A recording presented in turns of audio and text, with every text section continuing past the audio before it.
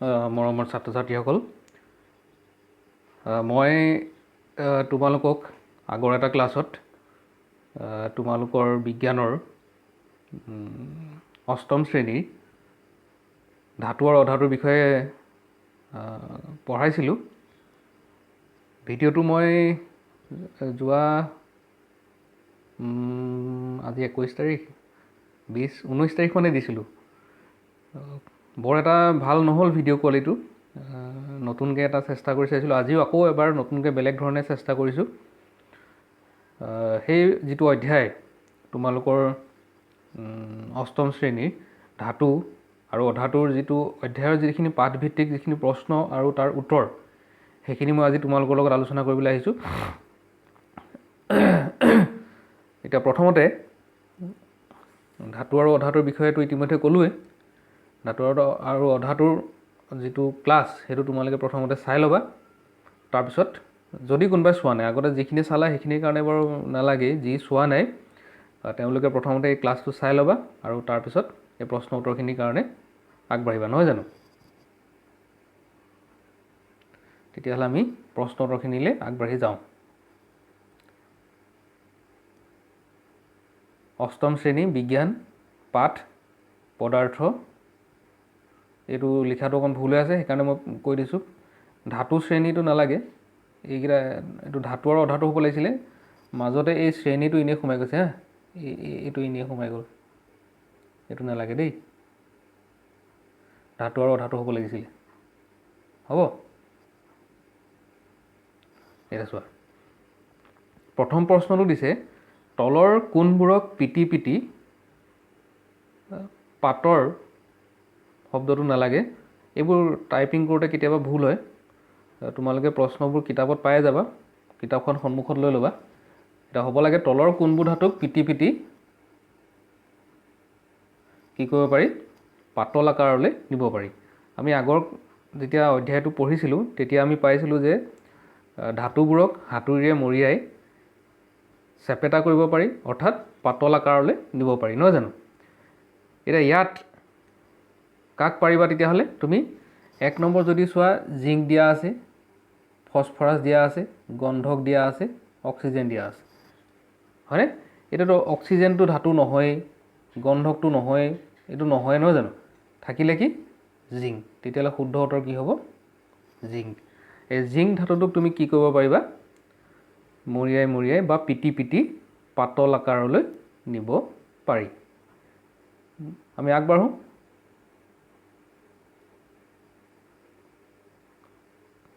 কি দিছে ইয়াত? তলত দিয়া কোনটো উক্তি শুদ্ধ? 4টা ইয়াত উক্তি দিছে। সকলো ধাতু নমনীয়। এতিয়া মনত পেলাই দিছোঁ, নমনীয় মানে কি আছিলে? নমনীয় মানে আছিলে যে ধাতুবিলাকক টানি টানি দীঘল তাঁৰ প্ৰস্তুত কৰিব পাৰি, অৰ্থাৎ ধাতুবোৰ টানিলে দীঘল হৈ গৈ থাকে, নহয় জানো? সেইটো হৈছে নমনীয়তা। এতিয়া ইয়াত দিছে কি? সকলো ধাতু নমনীয়। তাৰপিছত দিছে সকলো অধাতু নমনীয়। তাৰপিছত দিছে সাধাৰণতে ধাতুসমূহ নমনীয়, আৰু ঘ দিছে কিছুমান অধাতু নমনীয়। এতিয়া তুমি ফটকৈ যদি লৰালৰি কৰা, তোমাৰ প্ৰথমটোৱে তুমি হয়তো দি পাবা, সকলো ধাতু নমনীয় বুলি হয়তো দি পাব পাৰা, বহুতে শুদ্ধ উত্তৰ বুলি ভাবিব পাৰা। বুজি পাইছেনে? সকলো ধাতু নমনীয় কেলৈ নহয়? তোমালোকে জানাই কিছুমান জুলীয়া ধাতু আছে, নহয় জানো? যেনে ধৰি লোৱা পাৰা কথা সকলোৱে জানা। পাৰা থাৰ্মোমিটাৰত ব্যৱহাৰ কৰে, এনেকুৱা জ্বৰ জুখিবলৈ ব্যৱহাৰ কৰা হয় পাৰা থাৰ্মোমিটাৰত, তাত পাৰা থাকে, সেইটো ধাতুটো নমনীয় নহয়, নহয় জানো? ঠিক একেদৰে অধাতুবিলাক দিছে, 2 নম্বৰ এইটো দিছেনে? 2 নম্বৰ অধাতু নমনীয় হ'বই নোৱাৰে। সাধাৰণতে ধাতুসমূহ নমনীয়, এইটো হ'ব পাৰে, নহয় জানো? সাধাৰণতে বুলি কৈছে, সকলোবিলাক বুলি কোৱা নাই, সাধাৰণতে ধাতুসমূহ নমনীয় বুলি কৈছে, এইটো হ'ব পাৰে, হয়নে? তাৰপিছত কি দিছে? কিছুমান অধাতু নমনীয়। অধাতু নমনীয় নহয়, ঠিক আছে। তেতিয়াহ'লে ইয়াৰ শুদ্ধ উত্তৰ কি হ'ব? গ, সাধাৰণতে ধাতুসমূহ নমনীয়। হ'ব, আমি আগবাঢ়োঁ। এইবাৰ দিছে তোমালোকক কি? খালী ঠাই পূৰ কৰা। মইতো অকণ এইফালে দিছোঁ, খালী ঠাই পূৰ কৰা। কি দিছে খালী ঠাই পূৰ কৰাত? কটো দিছে ফচফৰাছ এবিধ অতি এই খালী ঠাইটো লিখিব লাগে। ইয়াত কি হ'ব লিখিব লাগে। ধাতুসমূহ তাপ আৰু কিহৰ সুপৰিবাহী? তামতকৈ লু কি হ'ব? ধাতুসমূহে অম্লৰ সৈতে বিক্ৰিয়া কৰি কি উৎপন্ন কৰে? কি গেছ উৎপন্ন কৰে? এইকেইটা লিখিব লাগে। হ'ব, আগবাঢ়োঁ তেতিয়াহ'লে। সক্ৰিয় বিদ্যুতৰ অধিক হাইড্ৰজেন। এটা বুজি পাবলৈ তোমালোকৰ অসুবিধা হ'ব, সেইকাৰণে মই কৈ দিছোঁ চাবা। ইয়াত কৈ দিছোঁ, ফছফৰাছ এবিধ অতি কি হ'ব জানানে? আখবোৰ তোমালোকে নিজে ধৰিব পাৰিবা নহয়? সক্ৰিয় নহয় জানো? ধাতুসমূহ তাপ আৰু কিহৰ? এইটো হ'ব ইয়াত খালী ঠাইত কি বহিব? বিদ্যুতৰ। হ'ল তামতকৈ লু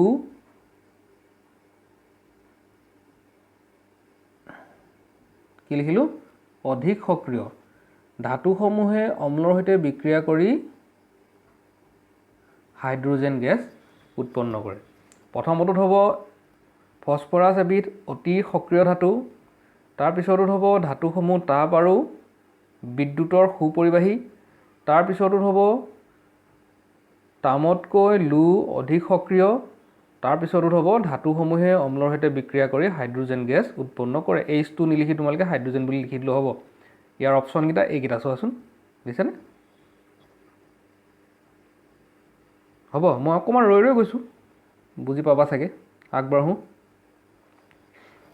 তাৰপিছত কি হৈছে, উক্তিবোৰ শুদ্ধ আৰু অশুদ্ধ চিহ্নিত কৰা। এইটো চিহ্নিত কৰা হ'ব দেই, বহুত ভুল হৈছে লিখোঁতে, উপায় নাই। চিহ্নিত কৰা হ'ব। এই মোবাইলত লিখি থকাহে আৰু নহয় জানো? বহুতবোৰ লিখিবলগীয়া হ'লে আমনিও লাগে আৰু ভুল লাগি যায়। সেইকাৰণে তাৰ কি দিছে, সাধাৰণতে অধাতুসমূহে অম্লৰ সৈতে বিক্ৰিয়া কৰে। মানে এচিডৰ সৈতে, অম্ল মানে এচিডৰ সৈতে অধাতুসমূহে সাধাৰণতে বিক্ৰিয়া কৰে বুলি কৈছে, যিটো কি হয়? অশুদ্ধ। ছডিয়াম এবিধ বৰ সক্ৰিয় ধাতু। ইয়াত উত্তৰটো শুদ্ধ দিয়া আছে নহয় জানো? মই এবাৰ মনত পেলাই দিছোঁ, ছডিয়াম এবিধ কিমান সক্ৰিয় ধাতু তোমালোকৰ মনত আছে চাগে। কেলৈ কৈছোঁ মই, ছডিয়াম ধাতুটো মুকলিকৈ ৰাখিবই নোৱাৰি নহয় জানো? ছডিয়াম ধাতু মুকলিকৈ ৰাখিলে কি হয়? সি জলীয় বাষ্প আৰু বায়ুৰ লগত বিক্ৰিয়া কৰি জ্বলি উঠে। সেইকাৰণে ছডিয়ামক কেৰাচিন তেলত ডুবাই ৰখা হয়। আমি চেপ্টাৰটো পঢ়োঁতে পঢ়িছিলোঁ নহয় জানো? সেইকাৰণে অৰ্থাৎ ছডিয়ামটো এবিধ বৰ সক্ৰিয় ধাতু, এইটো শুদ্ধ। জিংক ছালফেটৰ পৰা তামে জিংক অপসাৰিত কৰে। জিংক ছালফেটৰ পৰা তামে জিংক অপসাৰিত কৰে। জিংক ছালফেট মানে ZnSO4, ঠিক আছে। তাম মানে হ'ল কপাৰ। এইটো অশুদ্ধ বুলি কোৱা হৈছে। কেলৈ? জিংক ছালফেটৰ পৰা কপাৰে জিংকটো অপসাৰিত কৰিব নোৱাৰে। কেলৈ নোৱাৰে? কাৰণ কপাৰতকৈ জিংকটো অধিক সক্ৰিয়, ঠিক আছে। যেতিয়া ধাতু এটা মানে এনেকুৱা হয়, কম সক্ৰিয় ধাতু এটাই বেছি সক্ৰিয় ধাতু এটাক অপসাৰিত কৰিব নোৱাৰে। অপসাৰিত কৰা মানে কি, ইয়াৰ লগৰ পৰা এই জিংকটো আঁতৰাই দিয়া, তাৰ জেগাত কপাৰ সোমাই যোৱা, বুজি পাইছেনে? এইটো কৰিব তাৰমানে কপাৰে নোৱাৰে। কেলৈ নোৱাৰে কপাৰে কৰিব? কপাৰে কৰিব নোৱাৰা কাৰণটো হ'ল যে কপাৰতকৈ জিংকটো অধিক সক্ৰিয় হোৱাৰ কাৰণে কপাৰে জিংকক তাৰ পৰা আঁতৰাব নোৱাৰে। তাৰমানে তেনেই সাধাৰণকৈ যদি মই বুজাই থওঁ, এই জিংকটো ধৰি লোৱা এটা একদম শকত আৱত পাহোৱাল ল'ৰা এটা বহি আছে তোমালোকৰ ক্লাছৰ, আৰু কপাৰ এটা ধৰি লোৱা ক্ষীণমিন ল'ৰা এটা অকণমানি, যাৰ জোৰটো কম, সি গৈ পেলাই তাক উঠাব পাৰিবনে? দাঙি পেলাই নোৱাৰে নহয় জানো? মনত ৰাখিবলৈ কৈছোঁ দেই, মনত ৰাখিবলৈ কৈছোঁ কথাটো। তাৰমানে ধাতুবিলাকৰ সক্ৰিয়তা শ্ৰেণী এটা আছে। সেই সক্ৰিয়তা শ্ৰেণীৰ যিবিলাক ওপৰ ফালে থাকে, সেই ওপৰ ফালে থকাবিলাকে তলৰ ফালে থকাবিলাকক আঁতৰাব পাৰে, তলৰ ফালে থকাবিলাকে ওপৰ ফালে থকাবিলাকক কিন্তু আঁতৰাব নোৱাৰে। হ'ব। কয়লা টানি তাঁৰৰ ৰূপ দিব পাৰি। কয়লা টানিলে দীঘল হয় জানো? কয়লা টানি দীঘল কৰিব পাৰিবা জানো? কয়লা টানি দীঘল কৰিব নোৱাৰা। গতিকে এই উক্তিটো কি? অশুদ্ধ। ইয়াত কি দিছে চোৱা, এইখন কিতাপৰ পৰাই মই তোমালোকক উঠাই দিছোঁ ফটো মাৰি। তলৰ তালিকাখনত কিছুমান ধৰ্ম উল্লেখ কৰা হৈছে। এই ধৰ্মসমূহৰ ওপৰত ভিত্তি কৰি ধাতু আৰু অধাতুৰ পাৰ্থক্য লিখা। এইখন এখন তালিকা দেখিছানে? এইখন এখন তালিকা। ইয়াত বাহ্যিক ৰূপ মানে বাহিৰৰ পৰা দেখিবলৈ কেনেকুৱা, কঠিনতা মানে কিমান কঠিন বা কিমান কোমল, ঘাত সহনীয়তা মানে সি মৰিয়ালে সহ্য কৰিব পাৰে নে নোৱাৰে, নমনীয়তা টানিলে দীঘল হয়নে নহয়, তাপ পৰিবাহিতা তাপ পৰিবহণ কৰিব পাৰে নে নোৱাৰে, বিদ্যুৎ পৰিবাহিতা বিদ্যুৎ পৰিবহণ কৰিব পাৰে নে নোৱাৰে। এইবিলাকৰ ওপৰত নিৰ্ভৰ কৰি ধৰ্ম কিছুমান লিখিবলৈ কৈছে। প্ৰশ্নটো তোমালোকে কিতাপত পাই যাবা, আমি উত্তৰলৈ আগবাঢ়োঁ। চোৱা এতিয়া 1 নম্বৰ দিছে বাহ্যিক ৰূপ। বাহ্যিক ৰূপ কি হয় ধাতুবিলাকৰ, চিকমিকিয়া। অধাতুবিলাকৰ বাহ্যিক ৰূপ মানে কি, অধাতুবিলাক বাহিৰৰ পৰা দেখিবলৈ অনুজ্জ্বল। কেনেকৈ লিখিছোঁ বুজি পাইছা নহয়। বাহ্যিক ৰূপ মানে বাহিৰৰ পৰা দেখিবলৈ ধাতুবোৰ চিকমিকিয়া আৰু অধাতুবোৰ অনুজ্জ্বল মানে জিলিকি নাথাকে। ঠিক আছে। কঠিনতাৰ কথা কওঁ এবাৰ। আমি জানো ধাতুবোৰ কঠিন আৰু অধাতুবোৰ সাধাৰণতে কি হয়, কোমল হয়। ঠিক আছে। তাৰপিছত নমনীয়তাৰ কথা ক'ম। নমনীয়তা ধাতুক টানি তাঁৰৰ আকাৰ দিব পাৰি আৰু অধাতুক পাৰিনে নোৱাৰি, নহয় জানো। তাপ পৰিবাহিতা ধাতুবিলাকৰ মাজত সুপৰিবাহী বুলি লিখিছে। সুপৰিবাহী মানে কি, মই ক্লাছটো পঢ়োৱাতে কৈছিলোঁ সুপৰিবাহী মানে যাৰ মাজেৰে তাপ পাৰ হ'ব পাৰে, কুপৰিবাহী মানে কি যাৰ মাজে নোৱাৰে। ঠিক আছে। বিদ্যুৎ পৰিবাহিতা ধাতুবিলাকৰ বিদ্যুতৰ সুপৰিবাহী মানে ধাতুৰ মাজেৰে বিদ্যুৎ পাৰ হ'ব পাৰে আৰু অধাতুবিলাক বিদ্যুতৰ কুপৰিবাহী মানে অধাতুবিলাকৰ মাজেৰে বিদ্যুৎ পৰিবহণ কৰিব নোৱাৰে। বুজি পোৱা হৈছে। তোমালোকে বুজি নাপালে এই ভিডিঅ'টো যে থাকিব তাৰ তলত কমেণ্ট বুলি লিখা থাকিব নহয়, কমেণ্টত লিখি দিবা। ঠিক আছে। মই তেতিয়া গম পাই যাম বুজি তোমালোকে পাইছা। মই মাজে মাজে চাই থাকোঁ এইবিলাক তোমালোকে লিখিছা নাই লিখা। তোমালোকে লিখি দিবা নামটো সৈতে, মই গম পাই যাম কোনে কৈছা। ঠিক আছে। আৰু বিশেষ প্ৰয়োজন হ'লে মোৰ হোৱাটছআপ নম্বৰ তোমালোকৰ ওচৰত আছে, হোৱাটছআপ নম্বৰত মেছেজ পঠিয়াবা, হ'ব।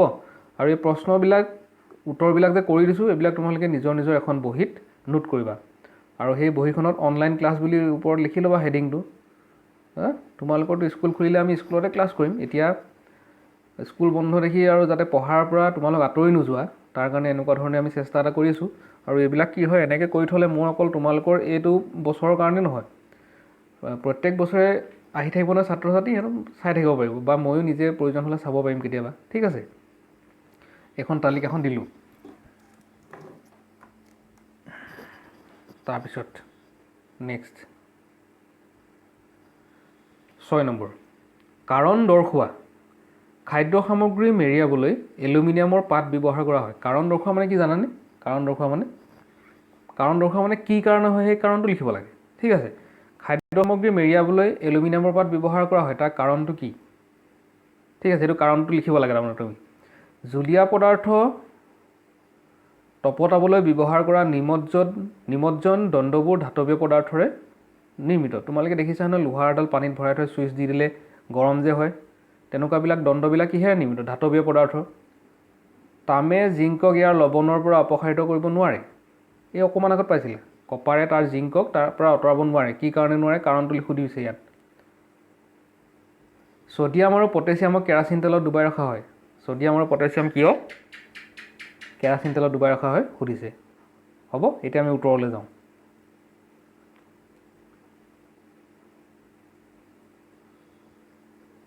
কি দিছে চোৱা। খাদ্য সামগ্ৰী মেৰিয়াবলৈ এলুমিনিয়ামৰ পাত ব্যৱহাৰ কৰা হয়, এইটো প্ৰথম প্ৰশ্নটো আছিলে। ইয়াৰ কাৰণটো কি আমি চাওঁ। ইয়াৰ কাৰণটো কি লিখিছে? খাদ্য সামগ্ৰীত এলুমিনিয়াম পাত মেৰিয়ালে ই খাদ্যত অক্সিজেন আৰু অন্যান্য বস্তুৰ বিক্ৰিয়া ঘটাত বাধা দিয়ে, যাৰ ফলত খাদ্যবস্তুবোৰ সোৱাদ আৰু গুণাগুণ অটুট থাকে। এই মাজত এডাল নেলাগে, মেৰিয়ালেতো একেলগে হ'ব দেই। কেইবাবাৰো চাইছিলোঁ চকুত নপৰিলে, তথাপি এনেকৈ সেইকাৰণে বাৰু দেৰিও হৈছে। মই কালিয়ে দিয়া কথা আছিলে ভিডিঅ'টো, কালি দিব নোৱাৰিলোঁ ইণ্টাৰনেটৰ অসুবিধাৰ কাৰণে। আজিও এতিয়া হ'ব বুলি চাওঁতে এতিয়া নহৈছে। এতিয়া লাষ্টত বোলে এনেকৈ দি দিওঁ আৰু। ঠিক আছে। এইবোৰ সৰু সৰু শব্দ তোমালোকে এইবোৰ কাৰেকশ্যন কৰি ল'ব পাৰিবা। তেতিয়াহ'লে এলুমিনিয়ামৰ পাত দি পেলাই কেলৈ মেৰিয়াই থোৱা হয়? খাদ্যবস্তু যদি তুমি মুকলিকৈ ৰাখিলে কি হয়, তাত অনবৰতে বায়ু পাই থাকে। ঠিক আছে। বায়ু পাই থকাৰ ফলত, বায়ু মানে কি অক্সিজেন পাই থাকে অনবৰতে মুকলিকৈ তুমি ৰখাৰ লগে লগে। তেনেকুৱা অৱস্থাত কি হয় খাদ্যবস্তুবিলাক সোনকালে জাৰণ বিক্ৰিয়া ঘটে আৰু জাৰণ বিক্ৰিয়া ঘটিলে সোনকালে খাদ্যবস্তুবোৰ বেয়া হৈ যায় বা গোন্ধায় বা সোৱাদবিলাক বেয়া হয়। এতিয়া বায়ুৰ পৰা তাক আঁতৰাই ৰাখিবলৈ যাতে বেছিকৈ বায়ু পাই নাথাকে সেইকাৰণে খাদ্যবস্তুবিলাক এই এলুমিনিয়ামৰ ফইল যিটো তোমালোকে যিবিলাক ফাষ্ট ফুডৰ দোকান আছে চাওমিন কিনা তোমালোকে বা কিবা কিবি খোৱা বস্তু হওক ফ্ৰাইড ৰাইচ বিৰিয়ানী এনেকুৱাবিলাক কিনিলে তোমালোকে তাত বক্সটো চাবাচোন এইটো এলুমিনিয়ামৰ নিচিনা পেকেট কৰা থাকে তাত সেইটোৱে মেৰিয়াই দিয়ে। এইটোৱে মেৰিয়াই দিলে কি হয় তুমি 1 ঘণ্টা বা 2 ঘণ্টা ৰাখি থ'লেও সহজে বেয়া নহয়। সেইটো কাৰণে কথাটো কি তেতিয়াহ'লে যাতে খাদ্য সামগ্ৰীবিলাক বেয়া নহয় বা গোন্ধ নোলায় তাৰ পৰা যাতে অক্সিজেনৰ সংস্পৰ্শলৈ আহিব নোৱাৰে সেইবাবে কি হয় খাদ্যবস্তুবিলাক এই এলুমিনিয়ামৰ ফইলটোৱেদি মেৰিয়াই থোৱা হয়। জুলীয়া পদাৰ্থ তপতাবলৈ ব্যৱহাৰ কৰা নিমজ্জন দণ্ডবোৰ ধাতৱীয় পদাৰ্থৰে নিৰ্মিত। পানী যে আমি গৰম কৰোঁ লোহাৰডাল ডুবাই ৰাখি চুইচ দিওঁ কাৰেণ্টত চোৱা ধাতুবোৰ হৈছে তাপ আৰু বিদ্যুতৰ সুপৰিবাহী। এইটো তোমালোকে জানাই ধাতুৰ মাজেৰে তাপো যাব পাৰে বিদ্যুতো যাব পাৰে নহয়নে? সেয়েহে জুলীয়া পদাৰ্থ তপতাবলৈ ব্যৱহাৰ কৰা নিমজ্জন দণ্ডবোৰ ধাতৱীয় পদাৰ্থৰে নিৰ্মিত। কথাটো বুজি পাইছা? ধাতুবোৰৰ মাজেৰে কি পাৰ হ'ব পাৰে বুলি কৈছে? সুপৰিবাহী মানে কি মাজেৰে চলাচল কৰিব পাৰে। কি পাৰে? তাপো পাৰে বিদ্যুতো পাৰে হয়নে? তাপ আৰু বিদ্যুৎ যেতিয়া পাৰ হ'ব পাৰে ধাতু এডাল যদি এমূৰে গৰম হয় আনটো মূৰো যেতিয়া গৰম হৈ যাব এতিয়া ধৰি লোৱা এইডাল যদি ধাতু বুলি ধৰা এইডাল ধাতু ধৰি লোৱা এই ধাতুডাল তুমি যদি এইফালে গৰম কৰি থাকা এইটো মূৰে ধৰিব নোৱাৰা। বুজি পাইছা? এতিয়া এইফালে গৰম কৰি থাকোঁতে এইফালেও যেতিয়া গৰম হৈ যায় এই মূৰটো যদি তুমি পানীত ভৰাই থৈ দিয়া যায় তেতিয়া পানীখিনিও গৰম হৈ যাব নহ'ব জানো? কথাটো বুজি পালা? সেইটো কাৰণে কি হয় এনেকুৱা ধাতুৰ দণ্ড ব্যৱহাৰ কৰা হয়। তামে জিংকক ইয়াৰ লৱণ দ্ৰৱৰ পৰা অপসাৰিত কৰিব নোৱাৰে। উত্তৰটো চোৱা তাম হৈছে জিংকতকৈ কম সক্ৰিয় ধাতু। মই অকণমান আগত কৈ গৈছিলোঁ যে তাম মানে কপাৰ আৰু জিংকৰ লৱণ যিকোনো লৱণ এইটো জিংক ছালফেট অকণমান আগত কৈ গৈছিলোঁ জিংক ছালফেট ধৰিছোঁ। ইয়াৰ লৱণৰ দ্ৰৱৰ পৰা অপসাৰিত কৰিবলৈ কি হ'ব লাগিব? সক্ৰিয় ধাতুৰ প্ৰয়োজন হয় দিছেনে? অধিক সক্ৰিয় ধাতু লাগিব যিকোনো ক্ষেত্ৰতে। মই অকণমান আগতে উদাহৰণ এটা দিছিলোঁ শকত ল'ৰা এটাত উঠাবলৈ হ'লে সিটো গাতো জোৰ থাকিব লাগিব। জোৰ থকা মানুহ এটা তুমি উঠাবলগীয়া হ'লে তোমাৰ গাতো জোৰ থাকিব লাগিব। কথাটো বুজি পাইছা? এতিয়া জিংকটো বেছি সক্ৰিয় ইয়াত শকত আৱত বা জোৰ থকা কথা নকয়, ইয়াত সক্ৰিয় বা কম সক্ৰিয় বুলি কয় বিজ্ঞানত। ঠিক আছে? এই অধিক সক্ৰিয় জিংকক আঁতৰাবলৈ হ'লে বা ইয়াৰ দ্ৰৱৰ পৰা অপসাৰিত কৰিবলৈ হ'লে এই কপাৰটো নহ'ব নহয় জানো? জিংকতকৈ বেছি সক্ৰিয়তা হ'ব লাগিব বেলেগ কিবা এটা। বুজি পাইছানে? কপাৰটো কিন্তু জিংকতকৈ কম সক্ৰিয় সেইকাৰণে কপাৰে নোৱাৰে। ক্লিয়াৰ হ'ল? নেক্সটটোলৈ যাওঁ।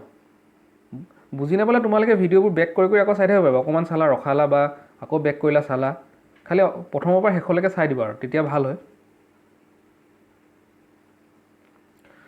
এইবাৰ ছ'ডিয়াম আৰু পটাছিয়াম ধাতু কেৰাচিন তেলত ডুবাই ৰখা হয়। বুজিছেনে? এইটো প্ৰশ্ন 10ম শ্ৰেণীলৈকে আছে। এইটো ছ'ডিয়াম আৰু পটাছিয়াম ধাতু কেৰাচিন তেলত কিয় ডুবাই ৰখা হয় এইটো ক্লাছ 10লৈকে আছে। বুজি পাইছা? এতিয়া কি কাৰণে ডুবাই ৰখা হয় মই কৈ দিছোঁ। ছ'ডিয়াম আৰু পটাছিয়াম ধাতুটো অত্যন্ত সক্ৰিয় ধাতু। সক্ৰিয় মানে ইহঁতি অনবৰতে বিক্ৰিয়া কৰোঁকৈ থাকে। মুকলিকৈ ৰাখিলে ইহঁতে কি হয় বায়ুৰ অক্সিজেনৰ লগত জলীয় বাষ্পৰ লগত বিক্ৰিয়া কৰি ফটকৈ জ্বলি উঠে। ঠিক আছে? মই পঢ়ি দিছোঁ চোৱা ছ'ডিয়াম আৰু পটাছিয়াম হৈছে অতি সক্ৰিয় ধাতু। ইহঁতে অক্সিজেন আৰু পানীৰ সৈতে প্ৰবলভাৱে বিক্ৰিয়া কৰি প্ৰচুৰ পৰিমাণে তাপ উৎপন্ন কৰে। বহুত বেছি গৰম হৈ যায়, বহুত বেছি তাপ ওলায় আৰু সেইকাৰণে কি হয় জুই জ্বলি উঠে। লাহেকৈ যেতিয়া তোমালোকে 9-10 পাবাগৈ 10ত আৰু এটা কাৰণ আহি যাব ইয়াতে মই অকণমান থুলমূলকৈ কৈ দিছোঁ যে ধাতুৱে জলীয় বাষ্প আৰু অক্সিজেনৰ লগত বিক্ৰিয়া কৰি যি হাইড্ৰজেন গেছ ওলায় সেই হাইড্ৰজেন গেছটো কি হয় এই তাপটোৰ ফলত জ্বলি উঠে সেইকাৰণেই সিহঁতে জ্বলি যায়। পৰীক্ষাত কেতিয়াবা মানে ক্লাছ 10 পোৱাৰ লগে লগে তাত সোধে যে ছ'ডিয়াম মুকলিকৈ থ'লে জ্বলি উঠে কিয়? এতিয়া তোমালোকক সেইটো সোধা নাই, তোমালোকক কিয় কেৰাচিন তেলত সোমাই ৰখা হয় সেইটো সুধিছে। তাৰ কাৰণটো কি যে ই খুব বেছিকৈ বিক্ৰিয়া কৰে মুকলিকৈ ৰাখিলে সেইকাৰণে তাক কেৰাচিন তেলত সোমাই ৰখা হয় যাতে সি মুকলি বায়ুৰ সংস্পৰ্শলৈ আহিব নোৱাৰে। ঠিক আছে?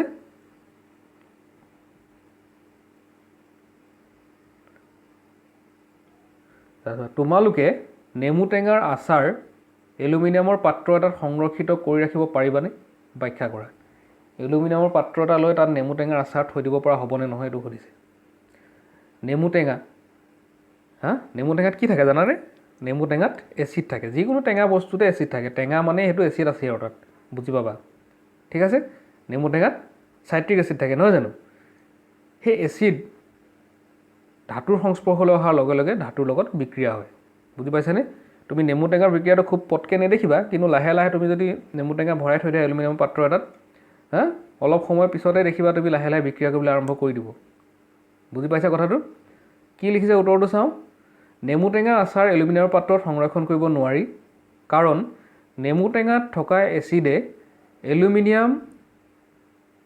এলুমিনিয়ামটো ব্ৰেকেটত দিয়া আছে ধাতু, এলুমিনিয়ামটো ধাতু নহয় জানো? ধাতুৰ সৈতে বিক্ৰিয়া কৰি হাইড্ৰজেন গেছ উৎপন্ন কৰিব আৰু আচাৰখিনি কি হ'ব? নষ্ট হ'ব। কথাটো বুজি পালা? তাৰমানে এইটো কথা তোমালোকে মনত ৰাখিবা, সদায়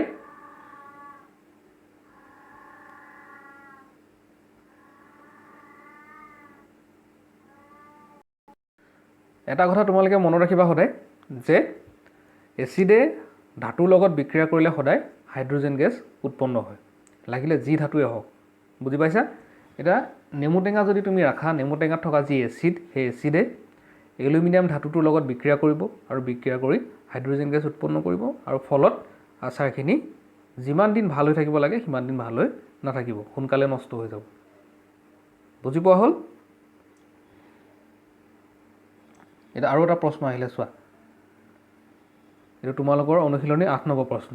স্তম্ভ এত থকা পদাৰ্থসমূহক স্তম্ভ বিত থকা সিহঁতৰ ব্যৱহাৰৰ লগত মিলোৱা। তাৰমানে এইফালে কিছুমান পদাৰ্থ দিছে আৰু এইফালে কিছুমান ইহঁতৰ ব্যৱহাৰ দিছে। এতিয়া সোণ ধৰিলা, সোণ এইফালে কি কামত ব্যৱহাৰ হয় তুমি এইফালে বিচাৰিব লাগে। এইফালে সোণ কি কামত ব্যৱহাৰ হয় ইয়াত বিচাৰিব লাগে। সোণটো কি কামত ব্যৱহাৰ হয় জানিবাই। কি কামত ব্যৱহাৰ হয়? আ অলংকাৰ বনাবলৈ ব্যৱহাৰ কৰে, নহয়নে? ঠিক একেদৰে লো কি কাৰণে ব্যৱহাৰ কৰে, এলুমিনিয়াম কি কাৰণে ব্যৱহাৰ কৰে, এইখিনি এই সোঁফালৰখিনিৰ লগত এই বাওঁফালৰখিনি মিলাব লাগে। ঠিক আছে, তেতিয়াহ'লে আমি ইয়াৰ উত্তৰটোলৈ আগবাঢ়োঁ। বুজিটো পালে কি কৰিব লাগে? সোণ কি কৰা হয়? আ অলংকাৰ প্ৰস্তুত কৰাত ব্যৱহাৰ কৰা হয়। লো কি কৰা হয়? যন্ত্ৰ পাতিৰ বনোৱাত ব্যৱহাৰ কৰা হয়। এলুমিনিয়াম কি কৰা হয়? অকণমান আগত পাইছিলে, খাদ্য মেৰুৱাত ব্যৱহাৰ কৰে, কিন্তু বেলেগ কাৰণো আছে দেই। ইয়াত যিটো দিছে আমি সেইটোৱে চাম এতিয়া। বুজি পাইছা? ইয়াত আমি দেখিলোঁ যে এলুমিনিয়াম বেলেগকেইটাৰ লগত নিমিলে, খাদ্য মেৰুৱাটোৰ লগত কিন্তু অকণমান আগত আমি পঢ়িছিলোঁ। গতিকে এলুমিনিয়াম খাদ্য মেৰুৱা কামত ব্যৱহাৰ কৰা হয়। এলুমিনিয়াম বেলেগ কামতো ব্যৱহাৰ কৰা হয়, বাচন বৰ্তন বনোৱা হয়, নহয় জানো? বেলেগ বেলেগ বিভিন্ন আচবাব বনোৱা হয়, এইবোৰ বেলেগ ব্যৱহাৰ বহুত আছে, কিন্তু ইয়াত যিটো আছে তাৰ লগতে তুমি মিলাব লাগিব।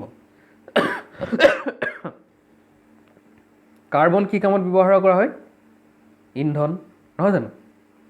এতিয়া কয়লা চয়লা যে তোমালোকে জ্বলোৱা, কয়লাটো সেই কাৰ্বনে থাকে। ঠিক আছে।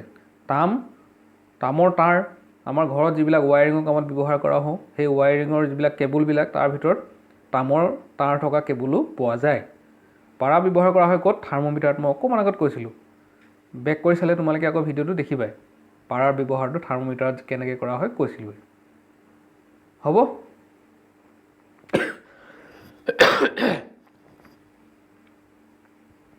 আৰু এটা প্ৰশ্ন আহিলে 9 নম্বৰ। কি ঘটিব যেতিয়া তামৰ প্লেটৰ ওপৰত লঘু ছালফিউৰিক এচিড ঢলা হয়? তামৰ প্লেট এখন তুমি লৈছা, যিকোনো এখন তামৰ প্লেট লৈছা এনেকৈ। তামৰ প্লেটখনত যদি তুমি লঘু ছালফিউৰিক এচিড ঢালি দিয়া, তামটো কি? ধাতু।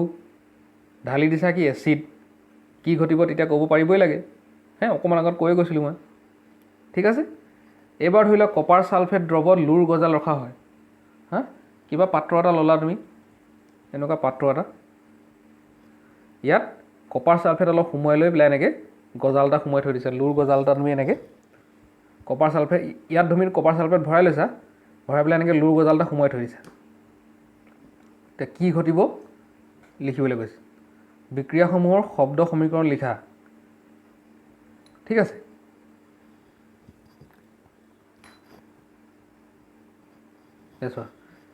তামৰ প্লেটৰ ওপৰত যেতিয়া লঘু ছালফিউৰিক এচিড ৰাখি তুমি ঢালিবা, তেতিয়া তামে কি কৰিব?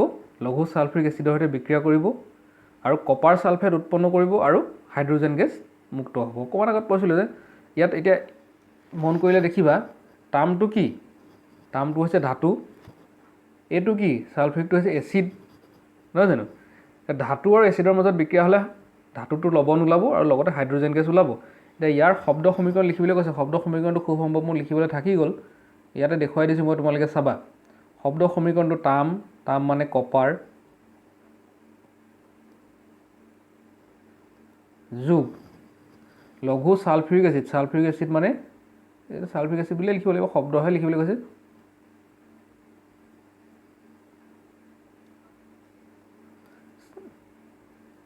ৰ'বা দেই অকণমান মই খালী জেগা এটা বিচাৰি পেলাই লিখি দিওঁ ধুনীয়াকৈ এইখিনি লিখি দিম ঠিক আছে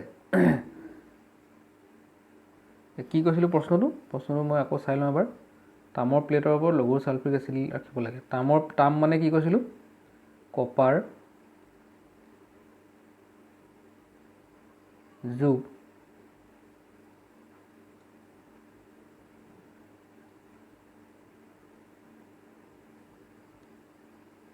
ছালফিউৰিক এচিড লিখিবা কাৰ চিন দিবা কি ওলাব কপাৰ ছালফেট ওলাব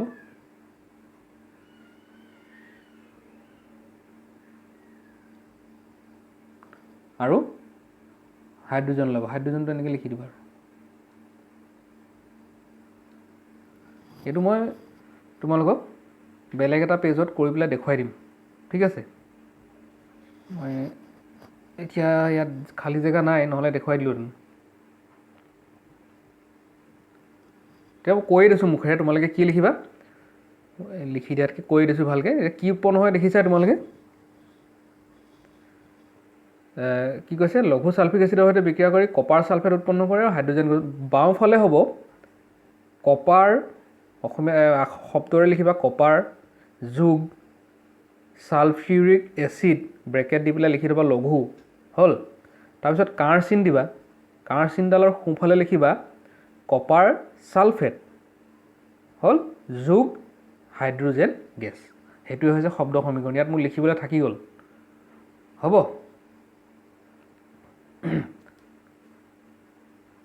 তাৰপিছত চোৱা কপাৰ ছালফেট দ্ৰৱত লুৰ গজাল ৰখা হয় কপাৰ ছালফেট দ্ৰৱত লুৰ গজাল ৰাখিলে কি হ'ব সেইটো সুধিছে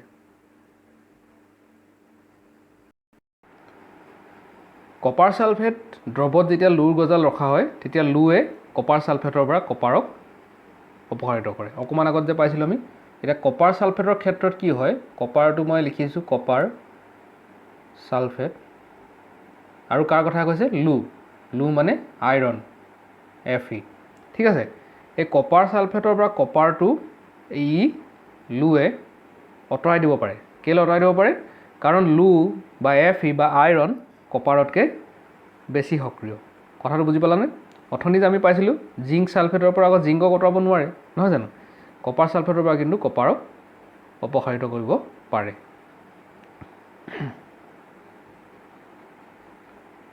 কুৱেশ্যন নম্বৰ 10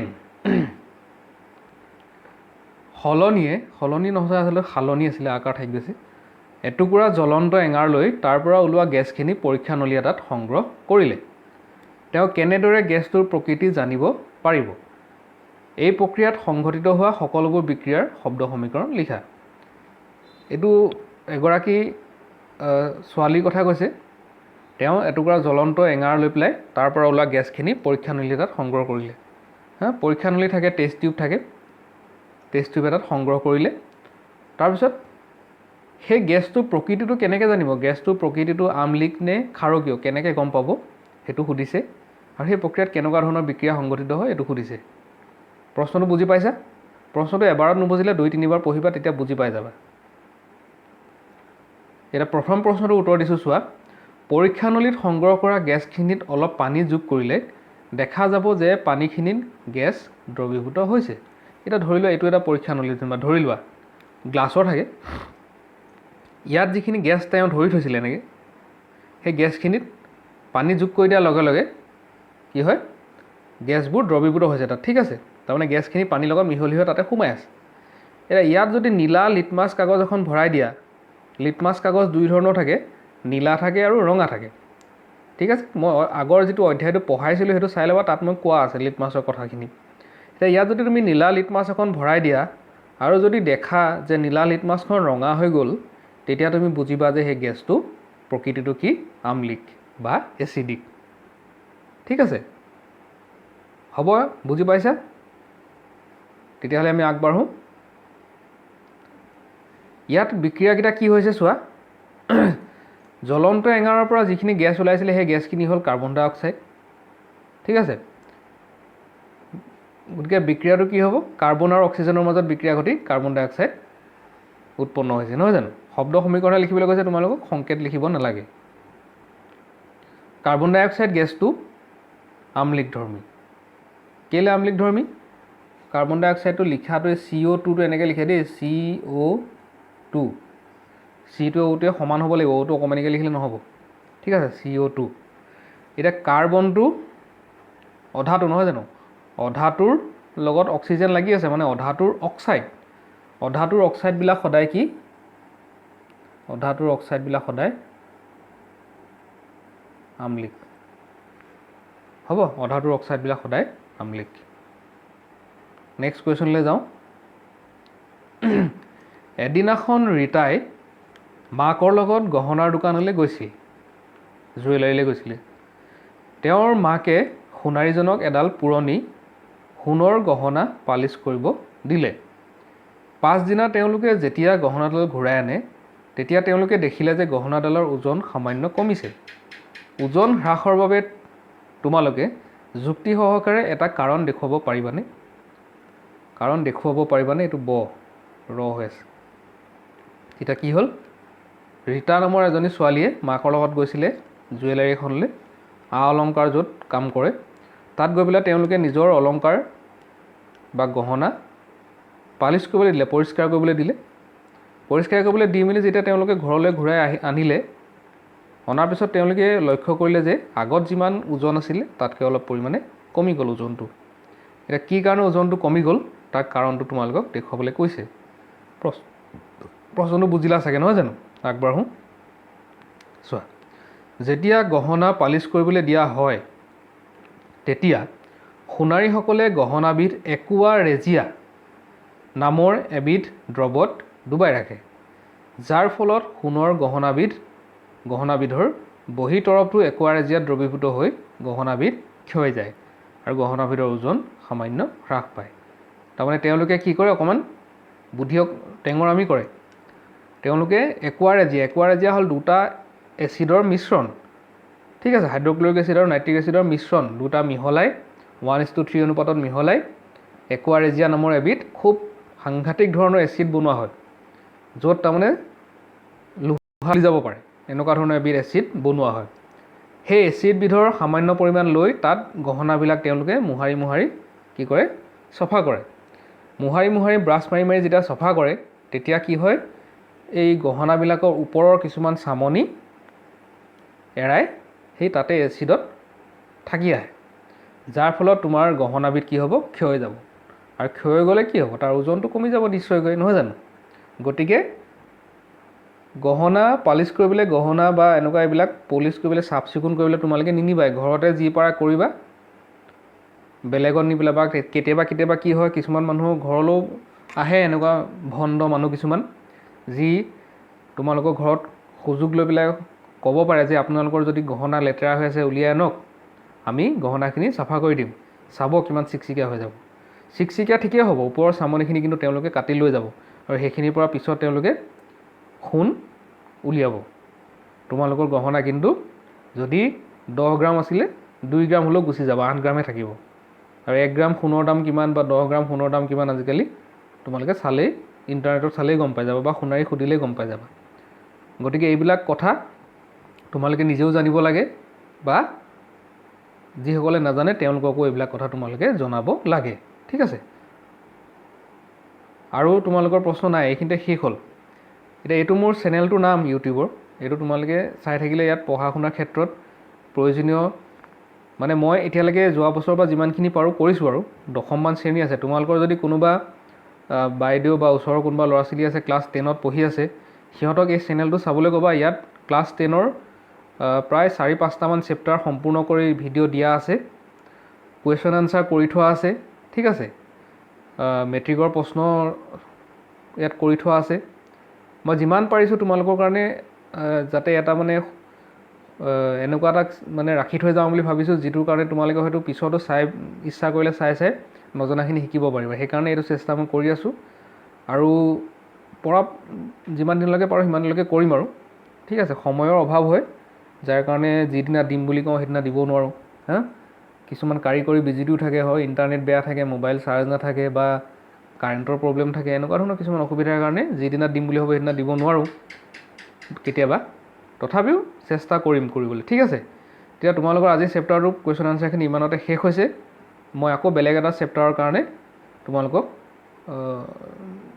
ক্লাছ এটা কৰিম। ঠিক আছে, কোনদিনা কৰিম এতিয়া নকওঁ, মই তোমালোকক পিছত জনাই দিম। ঠিক আছে, আজিলৈ তেতিয়াহ'লে আমি ক্লাছটো ইমানতে এৰোঁ।